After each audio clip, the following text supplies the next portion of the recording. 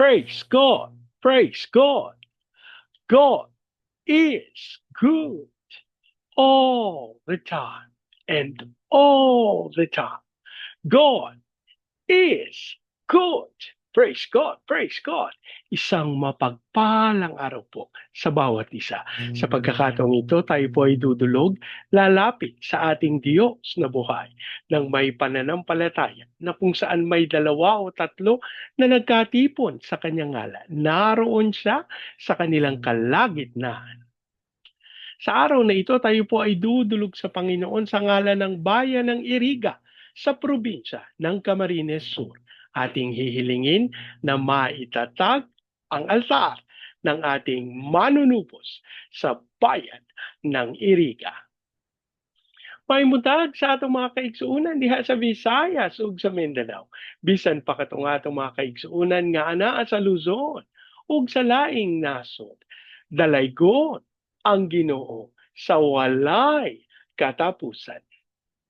Ang atin pong pagsambay mula sa Aklat ng Mga Awit, ika-78 kabanata, ang talata po ay 58. Nanibugho itong Diyos, sa kanila ay nagalit nang makita ang dambana ng larawang inuki. Nanibugho itong Diyos, sa kanila ay nagalit nang makita ang dambana ng larawang inukit. Nanibugho itong Diyos, sa kanila ay nagalit nang makita ang dambana ng larawang inukit.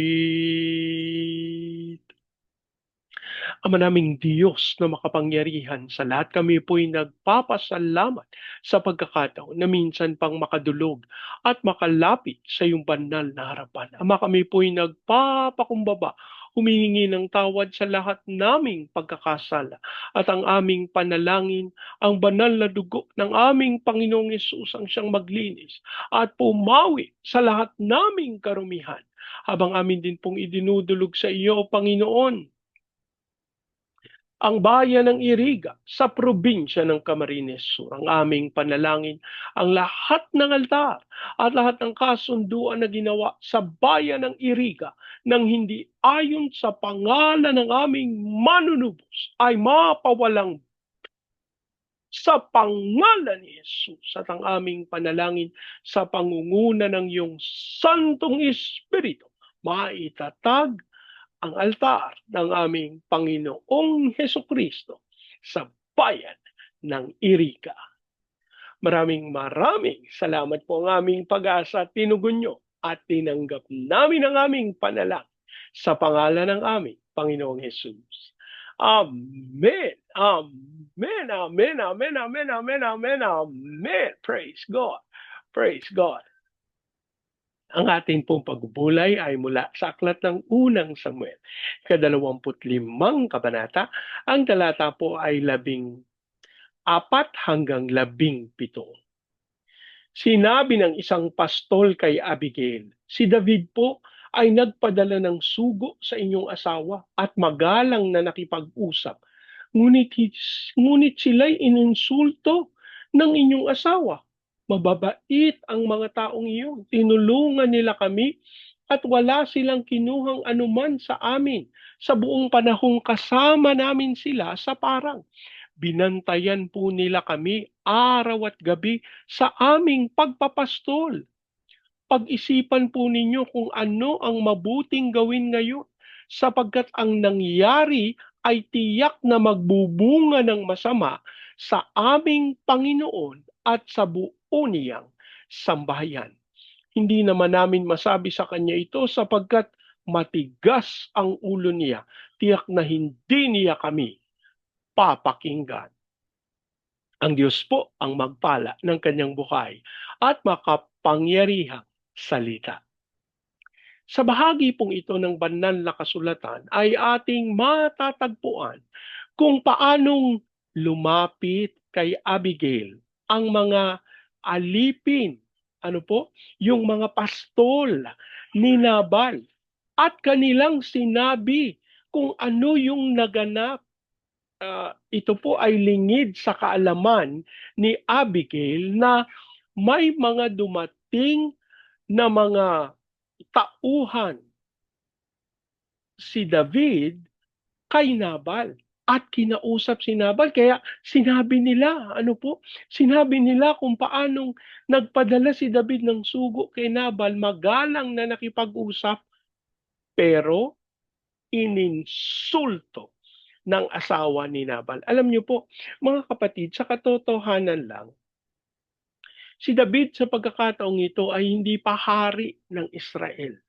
Wala pa siyang kapangyarihan katulad ng itinalaga sa mga namumuno sa Israel. Pero mga kapatid, 400 na kawal yung kasama ni David at ang bilin niya, dalhin nyo ang inyong mga tabak. Kaya kapag atin po itong tinignan, aba, ang sinasabi ni Haring David maghanda kayo kasi makikibaka tayo. Bakit naman po ipapadala ni David yung kanilang mga sandata kung sila naman makikipag-usap lang, ano po, makikipagpatintero. Ang ibig ko pong sabihin, seryoso po, yung kanilang pagtungo. Ang sabi ng mga pastor, mababait ang mga taong yan. Tinulungan nila kami at wala silang kinuhang anuman sa amin sa buong panahon na kasama namin sila sa parang. Ibig pong sabihin, binantayan sila ni David at ng kanyang mga kawal. No? Binantayan sila sa kanilang pagpapastol araw at gabi. At alam niyo po ang sabi nila, sabi sa verse 17, pag-isipan po ninyo kung ano ang mabuting gawin. Isang bagay. Ang totoo patungkol kay Abigail. Si Abigail po ay isang matalinong babae. Nung una pa lang po, sinabi na yan, ano po, bukod sa matalino, siya po ay maganda. At sa pagkakataong ito, inilapit nung mga pastol sa kanya. Sabi nila, pag-isipan niyo po kung ano ang mabuting gawin sapagkat sa nangyari ay tiyak na magbubunga ng masama sa aming Panginoon na sinabal at sa buo niyang sambahayan. Alam niyo po mga kapatid, dapat nating maunawa na kung tayo po ay gagawa ng mga padalos-dalos na desisyon, binabaliwala natin hindi lang yung ating mga sarili, kundi ang ating sambahayan, ang ating pamilya. Paano naman sila makakasama, Bernie, doon sa pagdidesisyon? Personal ko lang naman na desisyon yun. Yun po ang akala natin.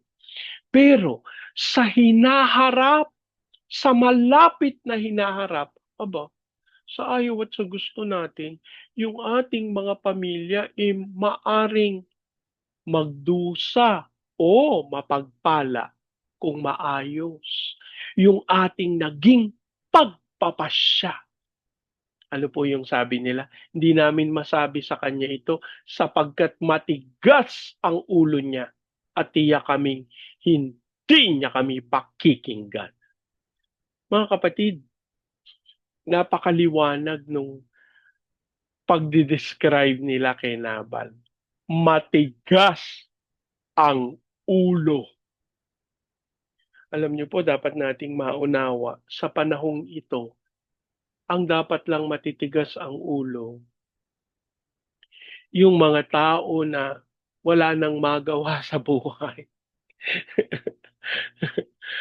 At gusto na lang nila, depende, mapasok sa munti o sa Mandaluyong. Ano po? Pero para sa atin na mga sumusunod sa Panginoon, mga gumagawa ng kalooban ng ating Diyos na buhay mga kapatid, hindi po tayo maaring magmatigas ang ulo. Sapagkat alam niyo po, hindi lang tayo ang magdurusa. Ang posible na magdusa kung matigas ang ulo natin kasama ang ating sambayan, kasama ang ating pamilya. Gusto niyo ba na magdusa ang inyong mga anak? Gusto niyo ba na magdusa ang inyong mga kabiyak dahil sa maling pagpapasya na inyong ginagawa? Paano naman ako? Lalo na Bernie, kung kailangan agad-agad na magpasya. Alam niyo po, ito yung pangangailangan na tayo ay manahan sa salita ng Diyos. Sapagkat ang katotohanan ng Biblia ang magpapatunay sa atin na alam niyo, yung pagpapasya ng naaayon sa kalooban ng Diyos, nagbubunga ng pagpapala. Alam nyo, ang sabi ng salita ng Diyos, ang isang tao na may tiwala sa Panginoon ay tila isang puno na nakatanim sa tabi ng batisan. Bakit? Kasi ang batis, kahit panahon ng tag-araw, summer, may dumadaloy na tubig. Ano po? Hindi natutuyo ang batis. Kung ang puno na nasa tabi ng batis, di ano mararanasan ng puno? Di tuloy-tuloy na may tubig na dadaloy sa kanya. Hindi siya mauuhaw. Hindi siya matutuyo.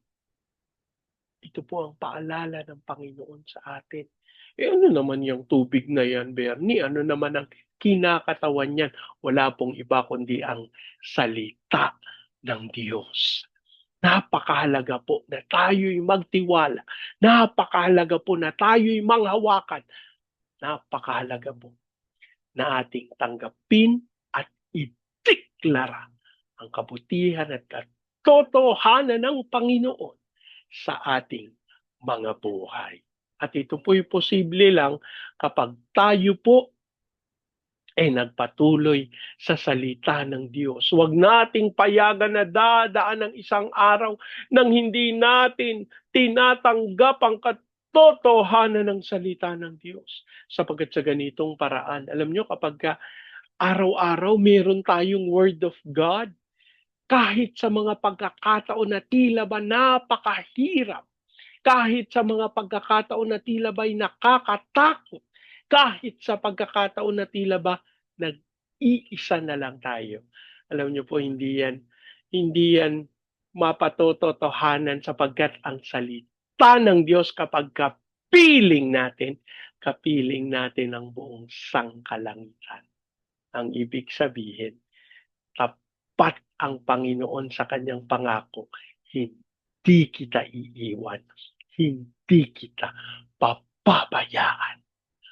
At kung ito ang patuloy nating panghahawakan, ito ang patuloy nating aangkinin, ito ang patuloy nating tatanggapin sa ating mga buhay, mga kapatid, isa pong kasiguraduhan, hindi tayo mangangailangan sapagkat ang Panginoon ang siyang patuloy na gagabay at sasama sa ating buhay. Manalangin. Ama naming Diyos na makapangyarihan sa lahat. Kami po'y nagpapasalamat sa iyong patuloy na pagkakaloob ng katotohanan ayon sa iyong salita. Maraming salamat sa buhay ni Abigail, Amang Diyos, na aming nabatid na puno ng karunungan. Kaya siya ay nilapitan ng mga pastol ni Nabal. Ang aming panalangin, mahatagpuan kami na karapat-dapat na hingan ng pagpapayo ng mga nakapaligid sa amin, sapagkat kanilang nababatid na ang karunungan na aming tinataglay ay hindi sa aming sarili, kundi tunay nagmumula sa iyo. Kaya't ang aming panalangin sa aming pang-araw-araw na pagbubulay ng iyong salita, kami po ay liwanagan namang Diyos upang tunay aming maganap ang iyong dakilang kalooban. Amamin din pong idinudulog sa iyo ang bayan ng Iriga sa probinsya ng Camarines Sur. Ang aming panalangin, Lord, ikaw po ang tumawag sa katawan ng aming Panginoong Hesukristo patungo sa pagkakaisa, patungo sa unawaan, patungo sa pagmamahalan. Hayaan mo ang bayan ng Iriga ay mapuno ng pag-ibig na nagmumula sa aming Diyos na buhay. At ang amin pong panalangin tunay sa pangunguna ng iyong Santong Espiritu, maitatag ang altar ng aming manunubos sa bayan ng Iriga. Maraming salamat po. Lord, amin ding idinudulog sa iyo. Dumaloy ang Espiritu at kapangyarihan mo mula sa bayan ng Iriga patungo sa Baguio City, Cagayan de Oro, Legazpi, Lipa, Manila, Pampanga, Pateros. Kilusan mo po ang mga bayang ito ng may kapangyarihan. Hayaan mong Lord, manatili ang iyong kalwalhatian sa mga bayang ito. Ikaw din ang magkaloob ng kaunlaran upang maganap namin ang iyong dakilang kalooban. Dasal din namin, Panginoon, na dumaloy ito sa buong Luzon, Visayas at Mindanao. Ipahintulot mo, Panginoon, na kami magtagumpay sa aming bawat pagganap ng iyong dakilang kalooban. At hiling namin, Panginoon, mapangyari yung tawag mo sa amin to be the launching pad of the gospel, to be a missionary, sending country, and to be the America West in the height of its glory. Dasal din po namin ang pagkilos mo ng may kapangyarihan sa aming mga tagapanguna, sa aming President Marcos, Vice President Duterte, sa Senado, Kongreso, Judiciary, Military, Police, Local Government. We declare the fear of the Lord na maghari sa aming gobyerno. Lord, ikaw po ang kumilos na mapawi ang lahat ng kasinungalingan ng kaaway at ang tunay na magtagumpay sa aming bayan ay ang pagkilala sa aming Panginoong Yesus bilang Diyos at tagapagligtas. Amin din pong idinudulog sa iyo ang aming mga OFWs na tinawag mo bilang overseas Filipino witnesses. Yan mong sila'y sumaksi sa mga bayan na yung pinagdalahan sa kanila. As we also pray sa aming mga misyonero sa iba't ibang panig ng daigdig. Lord, gabayan, samahan, pagtagumpayin mo po ang mga misyonero sa iba't ibang panig ng daigdig. As we also claim, Lord God, yung blessing mo sa mga bansa, Panginoon, ng Vietnam, Cambodia, Myanmar, Laos, Thailand, Malaysia, Singapore, Indonesia, Brunei. Lord, we declare the fire of revival sa mga bayang ito. Hayaan mong maranasan ng mga bayang ito ang pagsama, pangunguna, at pagtatagumpay mo. Father, we just claim and declare your glory, your power, your authority sa mga bayang ito. Hiling namin, Panginoon, yung fire of revival sa mga iglesia, sa mga manggagawa, sa mga tagapanguna mo, sa mga missionero. Lord, hayaan mo na manatili ang apoy na ito para matupad nila ang dakilang kalooban mo. As we also pray, Panginoon, sa Hong Kong, Macau, Taiwan. Lord, kumilos ka ng may kapangyarihan maging sa Japan, China, South Korea, North Korea, Russia, Brazil, at Amerika. Lord, hiling namin ang apoy ng iyong revival at siyang maging dahilan upang magtagumpay ang mga bansang ito sa pag-atid ng iyong salita to the rest of the world. Maraming salamat po. We declare your peace over Israel, believing that you have granted it in Jesus' name. Amen. Amen. Amen. Amen. Amen. Amen. Amen. Amen. Amen. Praise God. Praise God. Lagi po nating tatandaan sa anumang pagsubok, problema, kahirapan, sakit, karamdaman. Tayo dudulog, lalapit, tatawag sa Panginoon dahil sa Diyos walang imposible. Sa pagkakataong ito, hayaan niyo pong salitain natin ang pagpapala, basbas ng Panginoon sa inyo at sa inyong sambahayan. I declare the everlasting love of the Father. I declare the unending blessings of the Son. I declare the sweet, sweet, sweet fellowship of the Holy Spirit now and forever. I declare this new house and lot with parking, with a new vehicle, and with a flourishing business. In Jesus' name, amen. Amen, amen, amen, amen, amen, amen, amen, amen. Praise God, praise God. Hanggang sa susunod po, sama-sama nating ideklara, Pilipinas, God bless you. Big time. And so we declare to God be all the glory in Jesus' name. Amen. Amen. Amen. Amen. Amen. Amen. Amen. Praise God. Praise God.